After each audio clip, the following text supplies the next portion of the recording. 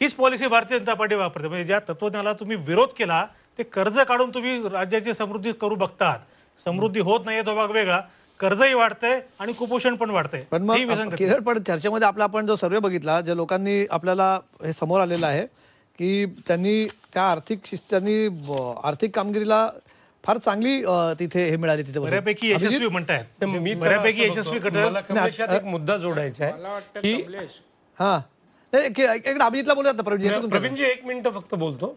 मागच्या वर्षभरामध्ये ज्या लोकप्रिय योजनांचा फार मोठं वारं आलेलं होतं, वेगवेगळ्या योजना आल्या आणि त्यानंतर निवडणूक झाल्यानंतर जी आर्थिक शिस्त लावायची गरज होती ती राज्याला लावण्याचं काम देवेंद्र फडणवीस यांचं सरकार करतंय आणि त्याचंच प्रतिबिंब आपल्याला झी 24 तास आणि जेडीएसच्या सर्वेक्षणात दिसून येतं की लोकांना वाटतं की अर्थकारण अर्थसंकल्प समजणारा एक चांगला नेता या राज्याला मिळालेला आहे आणि तो शिस्त लावतोय, ते आपल्याला वेगवेगळ्या निर्णयातून दिसतंय।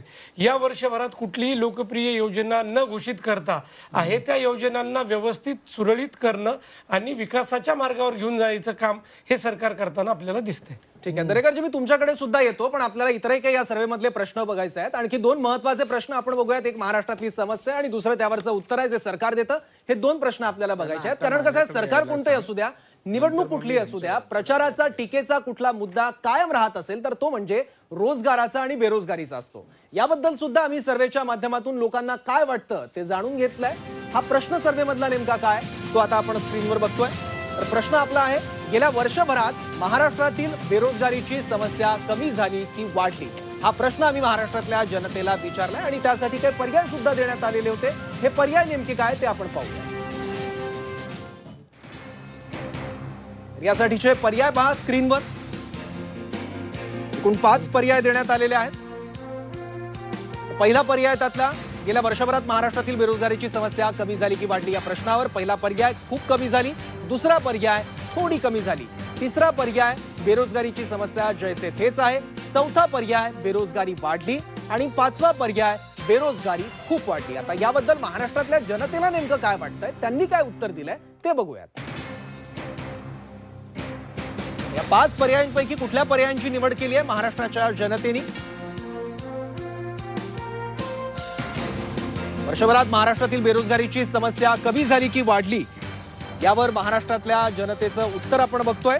खूप कमी झाली बेरोजगारीची समस्या असं 21% लोकांना वाटतं, बेरोजगारीची समस्या थोडी कमी झाली असं 40% लोकांना वाटतं, तर बेरोजगारीची समस्या जैसे थेच आहे असं 19% लोकांना वाटतं आणि बेरोजगारीची समस्या वाढली असं 12% लोकांना वाटतं आणि बेरोजगारीची समस्या खूप वाढली असं 8% लोकांना वाटतं। याचा अर्थ वर्षभरात महाराष्ट्रातली बेरोजगारीची समस्या कमी झाली की वाढली, याबद्दल कमी झाली असं म्हणणाऱ्यांची संख्या जास्त आहे, ती जवळपास 40% इतकी आहे। आणि यानंतर पुढचा प्रश्न आपण बघणार आहोत।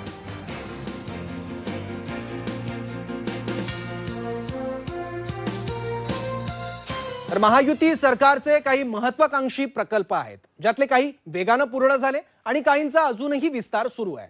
या प्रकल्पांचं राज्याच्या विकासात महत्वाचं योगदान आहे, तसंच लोकांच्या आयुष्यावर सुद्धा त्याचा प्रभाव पडतोय आणि याचबद्दल आम्ही या सर्वेमध्ये प्रश्न विचारलाय। हा प्रश्न नेमका काय स्क्रीनवर पहा। तर पायाभूत सुविधांमधला कुठला प्रकल्प तुम्हाला प्रभावी वाटतो?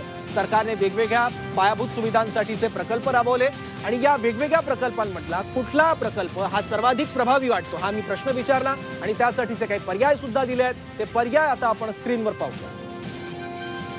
पर्याय कोणते आहेत या प्रश्नासाठीचे आणि त्यानंतर त्याची आकडेवारी आपण बघणार आहोत। जनमतात नेमकं काय आहे, जनतेने काय उत्तर दिलंय। सुरुवातीला पर्याय पाहूया। तर पायाभूत सुविधांमधला कुठला प्रकल्प तुम्हाला प्रभावी वाटतो? पहिला पर्याय समृद्धी महामार्ग, दुसरा अटल सेतू, तिसरा मुंबई कोस्टल रोड आणि चौथा मेट्रो विस्तार असे 4 पर्याय आम्ही दिले। महाराष्ट्रातल्या जनतेने या संदर्भातलं नेमकं काय उत्तर दिलं ते आपण पाहूया। थोड्याच वेळात आकडेवारी स्क्रीनवर। या प्रश्नाचं काय उत्तर दिलंय महाराष्ट्रातल्या जनतेच्या मनात नेमकं काय आहे याबद्दल? तर समृद्धी महामार्ग हा सगळ्यात प्रभावी वाटतो 38% लोकांना, अटल सेतू प्रभावी वाटतो 21% लोकांना, मुंबई कोस्टल रोड प्रभावी वाटतो 24% लोकांना आणि सध्याचा जो मेट्रो विस्तार सुरू आहे राज्यात तो प्रभावी वाटतो 17% लोकांना। म्हणजे सर्वाधिक कुठला प्रकल्प जर प्रभावी वाटत असेल लोकांना तर तो समृद्धी महामार्ग आहे। 38% लोकांनी समृद्धी महामार्गाला पसंती दिली आणि हा प्रकल्प प्रभावी असल्याचं म्हटलंय। आणि याच मुद्द्यावरून आपण चर्चेसाठी परत एकदा कमलेश सरांकडे जाणार आहोत. कमलेश सर, इतके सगळे प्रकल्प, इतक्या सगळ्या योजना महाराष्ट्राने राबवल्या. दोन प्रश्न आता आपण घेतले. एकीकडे बेरोजगारीची समस्या आणि त्यावर उत्तर म्हणून सरकार कायम विकास करतोय असं सांगतं आणि त्या विकासातला कुठला प्रकल्प प्रभावी वाटतोय तेही आपण बघितलं. या दोन्ही मुद्द्यांना आणि प्रश्नांना अलाइन करून तुम्ही कसं बघता? नाही, पहिला तर म्हणजे बेरोजगारीचा प्रश्न आहे, ज्याची खूप चर्चा झाली, कारण बेरोजगारीचा प्रश्न हा उद्योगांशी संबंधित आहे. म्हणजे आता आपल्याकडे सौरभ एक उद्योगांसंदर्भात पण आहे एक आपल्याकडे पुढचा प्रश्न ना, त्याच्याकडे आपण जाऊ नंतर. पण बेरोजगारीचा हा प्रश्न, कारण तो उद्योगाशी जोडला गेला. नेहमीच संजय आवटे आपल्या सोबत आहेत माझ्या मते, त्यांच्याकडे जाईन मी. मग प्रवीण दरेकरांना मगाचा मुद्दा पूर्ण करायचा, पण त्यांच्याकडे जाईन मी. उद्योगांबाबत खूप चर्चा झाली प्रवीणजी.